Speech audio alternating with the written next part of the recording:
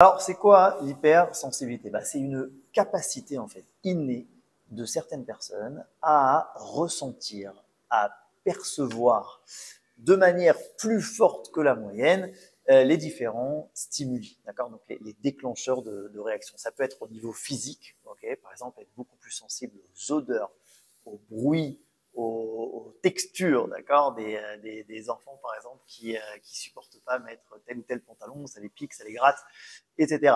Ça peut être au niveau émotionnel, d'accord, ressentir de manière beaucoup plus forte que la moyenne certaines émotions et même ressentir les émotions des autres de manière très très forte, être influencé par l'émotion de quelqu'un d'autre de manière très forte. C'est-à-dire que, ok, quand on voit quelqu'un de triste, ça nous fait quelque chose à tout le monde, mais il y a des gens à qui ça fait beaucoup, pareil dans le positif, hein.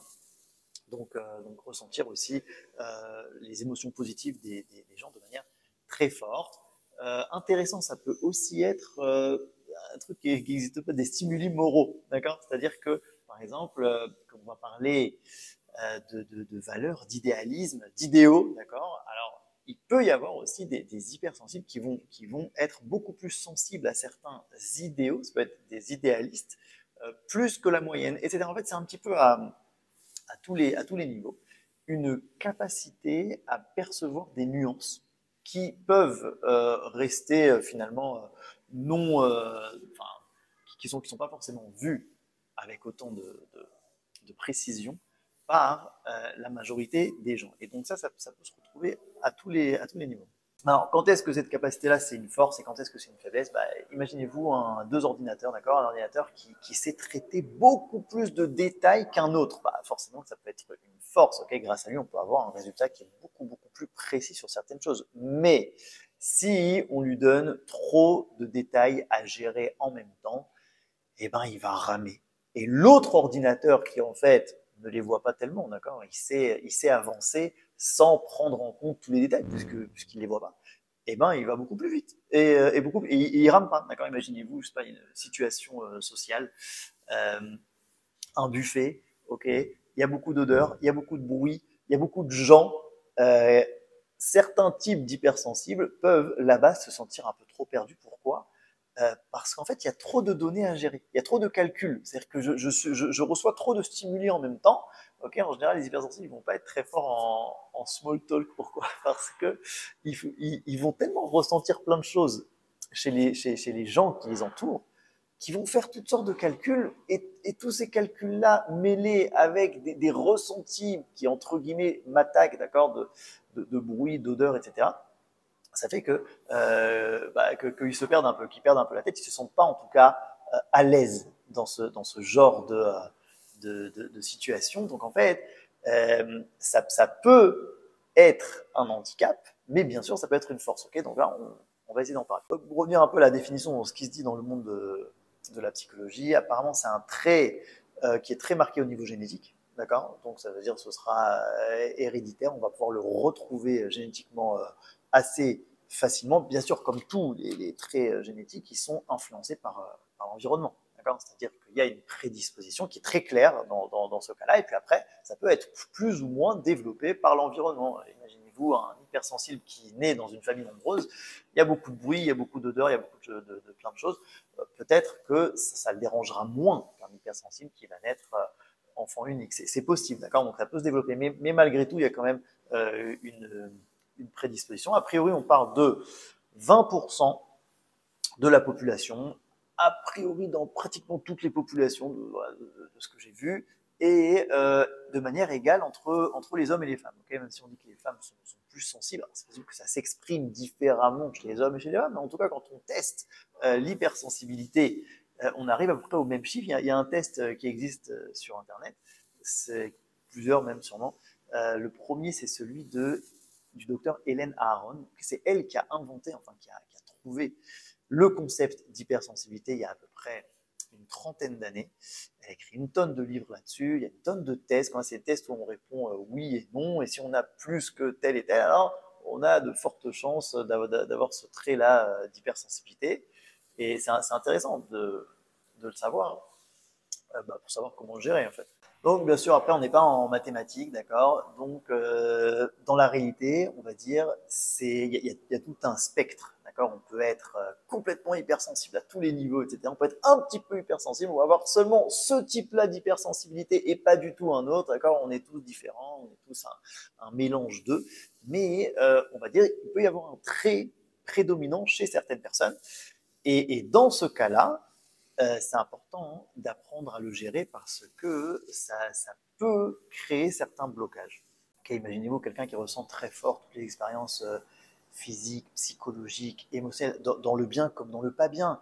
Mais quand c'est ressenti très fort et que la vie nous propose toutes sortes d'expériences qui des fois vont pas être agréables, ça peut créer des gens qui ensuite vont avoir l'impression de devoir marcher sur des œufs en permanence, qui vont perdre une certaine spontanéité. Ils vont vouloir éviter toutes sortes de situations, même si elles pourraient être positives, mais au cas où ce serait trop difficile à gérer, alors ils vont éviter. Ça peut être en fait un mode survie, des gens qui vont passer un peu en mode survie, et c'est très très dommage, parce qu'ils ne vont pas réaliser tout ce qu'ils devraient réaliser. C'est pas le mode vie, Ken, le mode celui qui, euh, qui est zorem, qui se réalise et qui a une vitalité qui coule. Et donc c'est très dommage. Ça peut aussi être très fatigant. D'accord. C'est-à-dire que s'il y a beaucoup de stimuli qui nous arrivent et on doit tous les gérer, alors c'est épuisant. Et donc on va se dire, bah, autant finalement réduire mon domaine de vie. Et encore une fois, donc, on va être en mode survie. Juste pour donner un exemple un petit peu dur, ça pourra empêcher quelqu'un de vouloir se marier, par exemple, d'accord? Parce que quand on est tout le temps en contact avec une autre personne, bien sûr que c'est hyper sympa, mais d'un autre côté, il y a aussi un risque d'être blessé de temps en temps. Et donc, si chaque blessure, en fait, elle est immense, elle est ingérable, etc. Alors, on préfère éviter. On préfère éviter, et en fait, on reste dans un mode comme ça qui évite toute interaction qui peut être compliquée. Donc donc ça peut être vraiment handicapant. Donc maintenant la question c'est comment on gère cette hypersensibilité. Alors pour ça, hein, je vais me servir d'un exemple que j'ai inventé, l'exemple du ressort et du bâton. Ok, deux types de personnes, des personnes ressort et des personnes bâton. D'accord, un bout de bois, ok, un bâton. Donc imagine-toi que tu donnes un coup sur un bâton ou un coup sur un ressort. Ok, est-ce qu'on voit l'effet différent que ça fait, d'accord? Donc le bâton, bah oui, il a reçu un coup, ok, il ressent, mais il s'en remet assez vite, d'accord? Ça veut dire que il y a pas tellement de différence entre avant et après. Le ressort, tu lui mets un petit coup, ça bouge de partout, etc. Ça va mettre longtemps à revenir à une certaine stabilité. Moi, en fait, j'aurais dit que la première chose, c'est de bien comprendre qu'on n'est pas égaux sur nos sensibilités, qu'on est différents, qu'il y a des gens, bien sûr, je mets plein de guillemets à ce que je dis, mais en gros, il y a des gens qui vont naître un peu plus bâton et des gens qui vont naître un petit peu plus ressort. Et donc, en fait, il faut, première chose essentielle, se connaître, ok, et s'accepter comme on est. Et ne pas vouloir être autre chose. C'est-à-dire que si tu as un ressort et que tu essaies de te comporter comme un bâton, eh ben, tu vas beaucoup souffrir. Ok, qu'est-ce qu'on fait avec un bâton? Par exemple, un bâton, c'est hyper pratique, je sais pas moi, on va dire pour creuser un trou dans le sol, d'accord? Avec un ressort, beaucoup moins. Et lui dit non, non, mais moi je suis pareil, etc. Ça va être compliqué. Après, attention, je dis pas non plus qu'il faut du coup ne pas essayer, ne pas faire d'efforts. Non, non, moi je suis un ressort, désolé, et c'est comme ça que je suis, etc. Non. Okay, bien sûr que c'est toujours hyper important de faire des efforts, même quand c'est dans des situations qui sont en dehors de notre zone de confort. Et on n'est pas fait en sucre, ça veut dire on peut surmonter toutes sortes de difficultés. Et d'ailleurs, ça nous construit, etc. Je suis pas du tout contre l'effort. D'un autre côté, je sais pas si on peut aller contre notre nature trop loin. D'accord? C'est-à-dire qu'on est vraiment différent et on a des choses pour lesquelles, et ça c'est un petit peu la deuxième partie, Ken, pour lesquels le ressort il est bien meilleur que le bâton. D'accord. Et en fait, c'est très dommage. C'est-à-dire que c'est très dommage de ne pas se rendre compte de nos capacités qui sont différentes en fait, et de continuer à agir d'une manière qui n'est pas optimale selon ce qu'on est et selon ce qu'on a à donner aussi. Alors c'est vrai, comme on l'a dit tout à l'heure, les hypersensibles c'est 20% de la population. Ça veut dire que c'est une minorité. D'accord. Et donc c'est sûr que c'est très tentant de vouloir être un bout de bois, surtout que c'est hyper pratique, d'accord? Un bout de bois, c'est hyper pratique. Quelqu'un qui va foncer dans le mur, d'accord? Dans le monde du travail, je sais pas, dans toutes sortes de situations, c'est très pratique. Et donc c'est ça en fait qui est peut-être valorisé aussi par la société. Et donc ça nous fait avoir envie de ressembler à ça, d'avoir ce genre de capacité. Et donc, tu as les hypersensibles, ils vont pouvoir se forcer à être en fait ce que la société attend d'eux.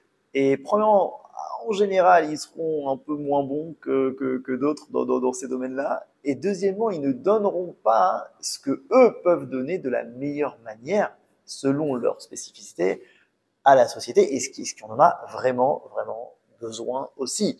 Et donc là, maintenant, on va voir en fait en quoi un ressort, il peut être meilleur qu'un bout de bois, ou en tout cas dans quelle situation. Et donc, qu'est-ce qui fait de mieux un ressort? Il a beaucoup plus de capteurs en fait pour sentir par exemple l'environnement. Okay, il a aussi beaucoup plus de souplesse, il peut beaucoup plus s'adapter. Il peut s'étendre comme ça dans des endroits où le bout de bois il peut pas aller. D'accord, on quitte le machal. Un hypersensible, il peut avoir une compréhension sociale beaucoup plus précise, une compréhension des gens tout court. Il peut peut-être plus s'adapter. Il a une intuition qui est très très fine. Hélène Aron, dans son livre, elle compare comme ça les rois guerriers.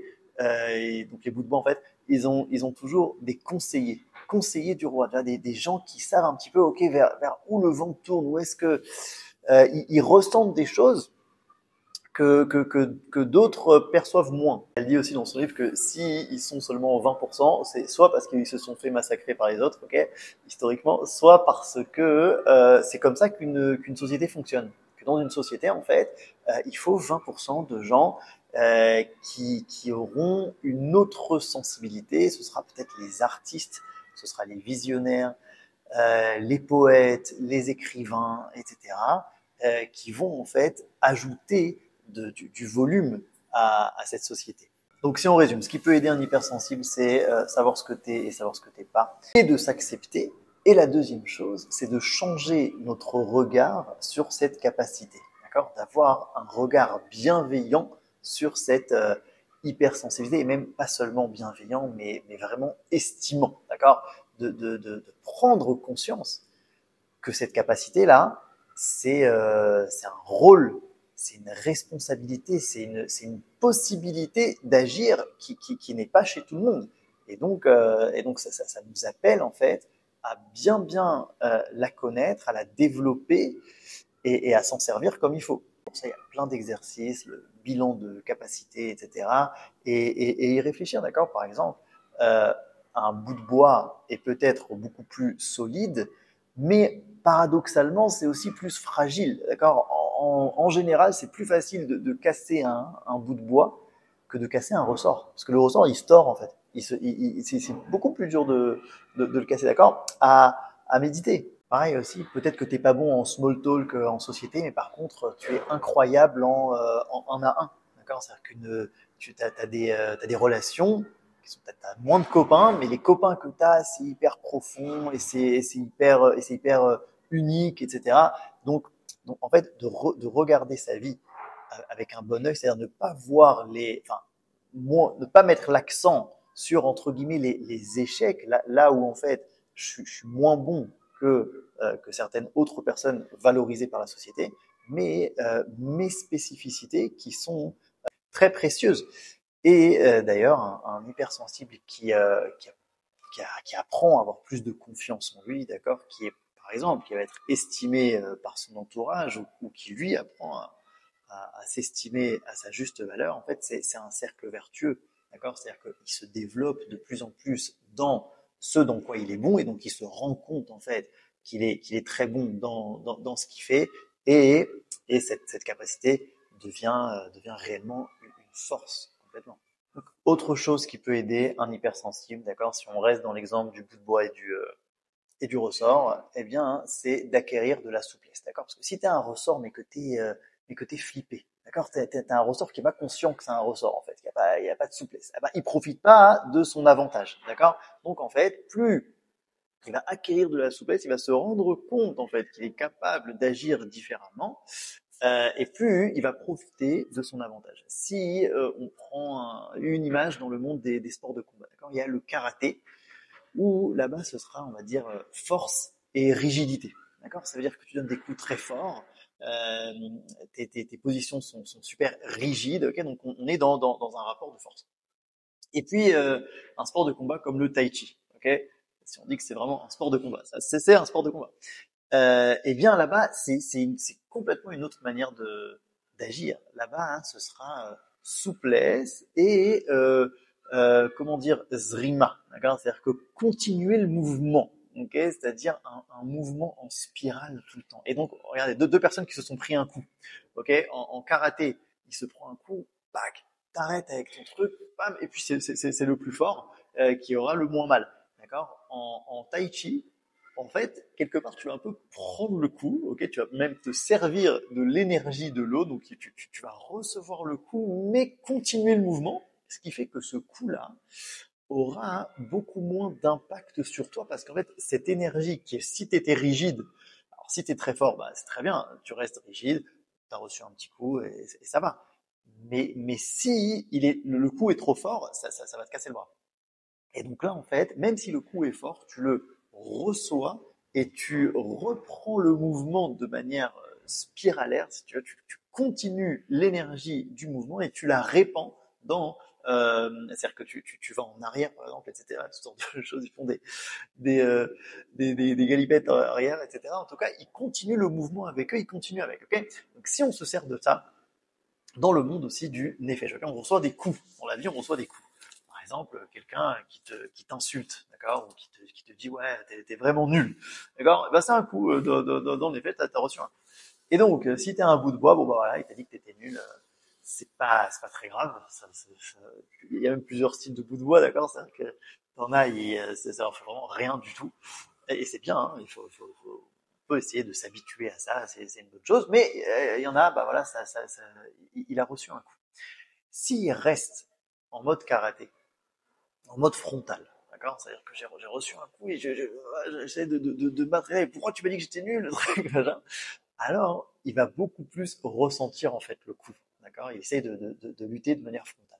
Alors que si il prend ce coup-là et puis il continue dans sa vie son mouvement à sa manière, et ben hein, finalement l'énergie que le coup pourrait enfin de l'impact qui pourrait lui engendrer une douleur, une souffrance, finalement va être répandue dans plein de petits impacts qui vont disparaître en fait petit à petit et finalement le coup n'aura pas eu d'impact sur lui. À quoi ça ressemble dans la vraie vie? Bah, un hypersensible à qui on a dit t'es nul, d'accord, et donc lui il a beaucoup de capteurs qui sont très sensibles, il y a des risques qu'il va être blessé profondément. Alors, si tous ces capteurs sont concentrés vers ce qu'il est en train de vivre, ce qu'il est en train de ressentir, alors il y aura une grande douleur déjà, et puis il va être un petit peu figé, d'accord, il va pas savoir quoi faire avec. Alors que si, ça c'est un effort de d'utiliser tous ces capteurs, il en a plus, d'accord, et qui sont très sensibles, mais pas sur lui, d'accord, mais on va dire peut-être un petit peu hors de lui, c'est-à-dire sur la situation en général, prendre un petit peu de hauteur, tu vois, essayer de percevoir, d'accord, mais qu'est-ce qui s'est passé chez l'autre, et puis sur la situation en général, même sur lui-même, parce que lui-même, c'est pas seulement lui qui est en train de souffrir d'abord, mais c'est lui tout court. Là, on lui a dit t'es nul. Mais il est pas que nul. Il y a aussi plein d'autres choses qu'il a fait de très bien, d'accord. Donc aussi de se rappeler tout ça et d'utiliser tous ces capteurs vers toutes ces réalités qui existent aussi, mais qui peuvent être effacées maintenant par une confrontation, s'il arrive à prendre de la hauteur et à ressentir, à capter des nuances, mais à l'extérieur de lui, on va dire plus sur la situation que sur lui-même, alors déjà, ça peut un petit peu le libérer un petit peu de son ressenti et lui permettre en fait d'entrevoir, ok, mais comment est-ce que j'agis maintenant? Et après, c'est du cas par cas, d'accord? Euh, ce sera répondre de telle manière ou pas, etc.